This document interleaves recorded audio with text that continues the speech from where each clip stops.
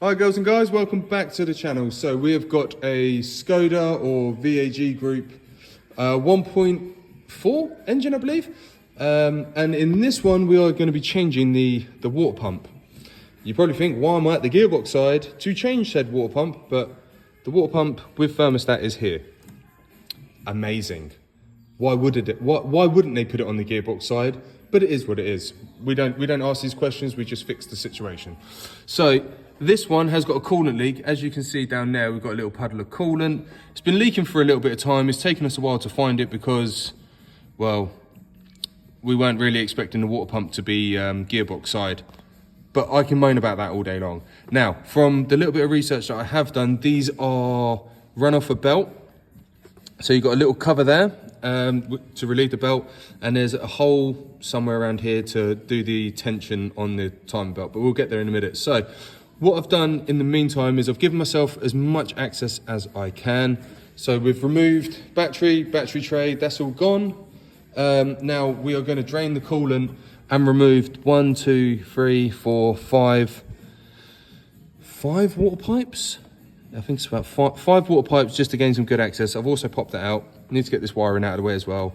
And we're probably going to need to remove the boost pipe to get access to this. I mean, there's over-engineered and then there's over-engineered. This is seriously over-engineered. But let's go on this journey together. Right, I've just whipped the lower pipe off to drain the remaining antifreeze out of it, which looks like, as this has been leaked for a while, it is mainly just water. So we are going to get all of that out of there and fill it up with the good stuff. So now that's all drained, make sure we get the rest out. This is going to be a messy scenario because there is going to be water everywhere. So we're going to leave the bucket underneath the car to try and catch whatever I miss and goes all over the floor, but we'll see. Okay, so I've removed pipe 1 airbox just to give me some more room. Now, if anyone wants to know, that's the part number. I mean, it's probably different for other vehicles, but for now, that's that. So what I'm trying to do is gain access to the pulley cover there. So I'm going to take that breather off just so I can get to the Torx bolt that's there. And then I can start getting access to all the bolts. I can see the condition of the belt and everything like that. There is also the adjuster, or sorry, the hole for the tensioning is behind this pipe. Sorry. Let's move that out of the way. Yeah, it's down there. See that hole? Yeah, down there. That's the hole you need to tension the belt that runs in here. So I'm gonna remove that and then get access to more. I mean, it's not a bad job. It's just a job that we didn't really. Come on, focus. It's just a stupidly placed component. But what do we expect? Okay, there we have it.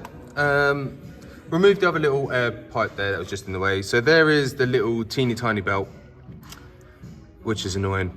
I need to look at the procedure. I don't know if these are timed or not. So that is something I need to look into. I can't see it being timed. But then again, I never thought I'd see a water pump on the side of a engine gearbox side. So I'll go through procedures and see if it's timed up and report back. From what I'm seeing is I can't see anything that relates to a timing mark or anything along that line. And technically, I can't see how that would actually move the cams from this side. But again, I'm not taking any risks. If I'm doing a tutorial video for you people, then everyone needs to know exactly what we're dealing with here. So, joy.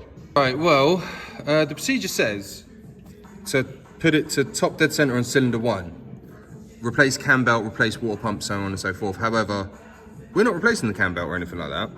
So I don't really see the need to do TDC, but what I am gonna do, just in case, is just put a little Tipex marking up here. Then removing it is fairly simple. Just go at it, remove it, and off it comes. Then fitting it, that's just weird. It's a weird procedure, but I am gonna show you and talk you through it. So, got the Milwaukee ratchet ready to go. Let's whip this bad boy off. So yeah, exactly as I said, it's just undo it, wiggle and jiggle, get the belt off. This one was leaking around here, I believe, or it's gone through the seal around here and it's pooling and dripping down. That's not really going to be a problem anymore because we have a new one. Now, begins the tedious task of cleaning this groove and getting this all nice and cleany. Because we're not going to put it on a dirty surface, are we? So let's get that done. We'll get a new belt, we'll get a new water pump. Water pump's already there. Sorry, I'm using a board to hold it up because the bonnet stay would normally go here and it's going to restrict my working area, so I've invested in a plank of wood. So yeah, clean the area, make sure the area is nice and clean. I'll show you that clean in a minute, and then we'll start the refit procedure. Right, that is all nice and clean, ready to refit this. One thing that is said in the technical thing was to wet the gasket with coolant. I've never known that before. Normally I'd put a little bit of silicone on, but I'll do what it says in the manual and then put a little bit of coolant, just rub it on, and then fit new belt, get it on. So I've just got it like that at the moment. It's not bolted up or anything. It's just literally swinging and chilling in the wind. So now I'm going to start threading bolts in at the same time and make sure that belt is on, square and happy. Okay, so the new one is in. Timing mark hasn't moved, which is good. Well, timing mark, Tipex mark hasn't moved. Now, all of these bolts are on loose. The procedure says leave all of these bolts loose. Don't nip them just before the nip stage so it can just move a little bit. In fact, you know what? That's too tight, so I need to back that off a little bit. Hold on. Okay, so this is a little bit better. You can see, if you look at the corner of the belt, you can't really see it there. Hold on. So if you look at the belt, you can see that I can get the movement on it. That is for when, according to the technical diagram, when you put your bit in there to time it, when you crank it, it picks the slack up and rotates that way. Then, I believe, I'm gonna double check, it's 30 Newton meters of pressure this way, clockwise, and then tighten all these up as quick as you can. Luckily, battery ratchet, as long as it's set to tighten, we'll be okay. Gonna be fun. Not sure how to record it, but I will work that out in a minute. So let me find what I'm gonna need for this. Luckily we can compare it to the old one. This wiring is really in the way here. But yeah, I'll find out what the size is for that, and then yeah, to work this out. The good thing is, I'm not gonna say it, hold on. Okay, I can confirm it is a 10mm Schmallen key, 10mm Allen key in there. Got the little tang set up on 30 Newton meters. Now, the hardest bit of all of this is going to be once I've got 30 Newton meters of tension on it. I don't think this is going to click actually, but I'm going to just try it. But as soon as that's done, once I've held it, I need to tighten all the bolts up. So I am going to need 2 hands, and I haven't got time to set the tripod up. So it's going to be canter over, click, tighten, hurry up. Okay, that is done. With special thanks to my friend Aaron, who come to give me a hand, because holding that at 30 Newton meters while trying to tighten all the other bolts up, I've not torqued them down yet, they're just tight, was impossible. So without Aaron, I wouldn't have been able to do it. I would strongly advise a second person, a second man on the grassy knoll, because it will make your life a little bit easier. Now, I'm gonna go around and torque all these bolts up. I just need to go and check what the torque setting is. I'm happy to report this has not moved, and the tension on the belt feels very nice. It's very good. The belt is in line, and I'm happy. I don't think you can see the belt now. But yeah, the belt is, yeah, it's good. I'm good. I'm happy, I'm good. So once I've torqued all of these up, I'm gonna connect all the water pipes, and I'm gonna fill it up with coolant to make sure that we don't have any leaks, because the last thing you wanna do is build it all back up, assume that you're having a good day, and then have a very bad day very quickly. So let's get talking. Okay, 12 Newton meters on all 5 of the screws. We've marked them up, everything's all good. So I am happy. Like I said, never done this job before. A little bit concerned about doing it because obviously it's new. However, done, in, bosh, connect water pipe time. Okay, so all the water pipes are on. So you've got rad, upper rad, lower rad, heater matrix pipe 1, heater matrix pipe 2. I disconnected from that side so you get around there.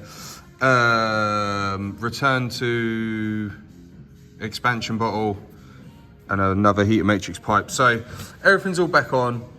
All the pipes are correct, present and on. Also had a little cheeky chucked out breather in as well. So now let's fill it up with antifreeze and see what goes on next. All right, it's only taken a couple of litres, but I mean, it will take more. So that's full. The level isn't dropping, which is good. And we seem to be all nice and clean and dry from here. So before we go any further, I'm just gonna refit stuff, get everything all back on before we start this bad boy up. Okay, everything's on, all bolted up. I'll keep filling up the antifreeze because it is going down at a rapid rate. So we'll just keep pouring this in. Now it's bleeding nicely and the heaters are on. The heaters are on hot, by the way. Yeah, this is taking quite a lot, which is a lot better. It only took like 1.5 litres when I first topped it up, but now it's consuming it, which is perfect. Okay, so bleeding this, cap's open. You can see the water level is just rising and dropping ever so slowly. So there's still a little bit more air in the system. The heaters keep going hot and then cold, hot and then cold. So with that level rising, means we've still got air in the system. We are up to 90 degrees. I'm pushing the pipe now, just to try and push the air out. The dash is displaying 90 degrees. We're just literally waiting for the thermostat to open up. And then the heaters to get nice and hot, and then we need the fan to kick in and so on and so forth. It's not done until that fan kicks in. So I'm going to increase the revs just to keep everything moving, try and push that air out of the system. Okay, been for a nice little road test. The temperature gauge is sitting lovely at 90. The heaters are kicking out lovely, nice hot air, which is nice because it's not exactly warm today. So this one is done.